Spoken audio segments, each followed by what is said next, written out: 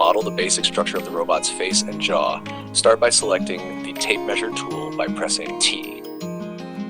Then, using the tape measure tool from the side, set up guidelines intersecting in a cross at the center of the circle. After that, select the rectangle drawing tool by pressing R. Finally, using the intersection as the starting vertex, draw a rectangle with a width of 140 millimeters and a height of 178 millimeters. Double-click to open the model if it's a group or component. While holding down the Control key, click all the segment lines of the curve. Then press Control-C to copy the curved line. Left-click on the background to exit edit mode for this model. Right-click the model and select Hide. Go to Edit in the top menu of Sketchup and choose Paste in Place. Use the rectangle, line, and eraser tools to create a cross-section as shown in the video.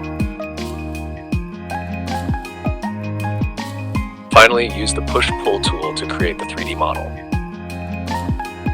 Go to the Tools drop-down menu and select the Dimension tool. Here I am going to use the Scale tool to edit this model. Before that, it's good to lay out the dimensions of the model. As you can see, each dimension updates to the target value in real time as you modify the size of the model with the Scale tool.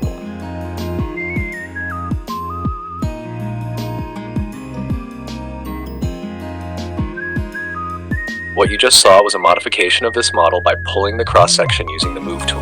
Now I'm using the Scale tool. Press S to select a tool after highlighting the cross-section that you want to resize. Pressing the Control key is to modify the dimensions symmetrically.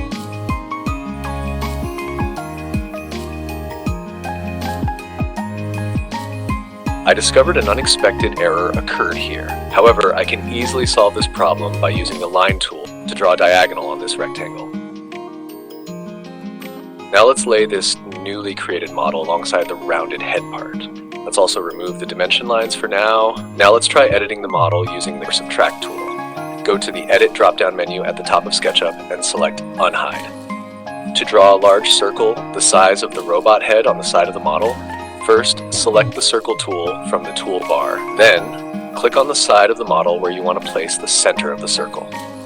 Next, drag the mouse cursor away from the center to set the radius of the circle, making it large enough to match the size of the robot head. Finally, release the mouse button to create the circle. After drawing the circle, press P to select the Push-Pull tool. Click on the circle's cross-section to highlight it, then use the tool to push and pull to create a cylinder. Triple-click on the created cylinder to highlight it, then right-click and select Group. With the created cylinder selected, choose the Solid Subtract tool from the SketchUp menu at the top. Click on the model corresponding to the face and jaw. This will yield the following result. Merge the two solids obtained using the Solid Merge tool.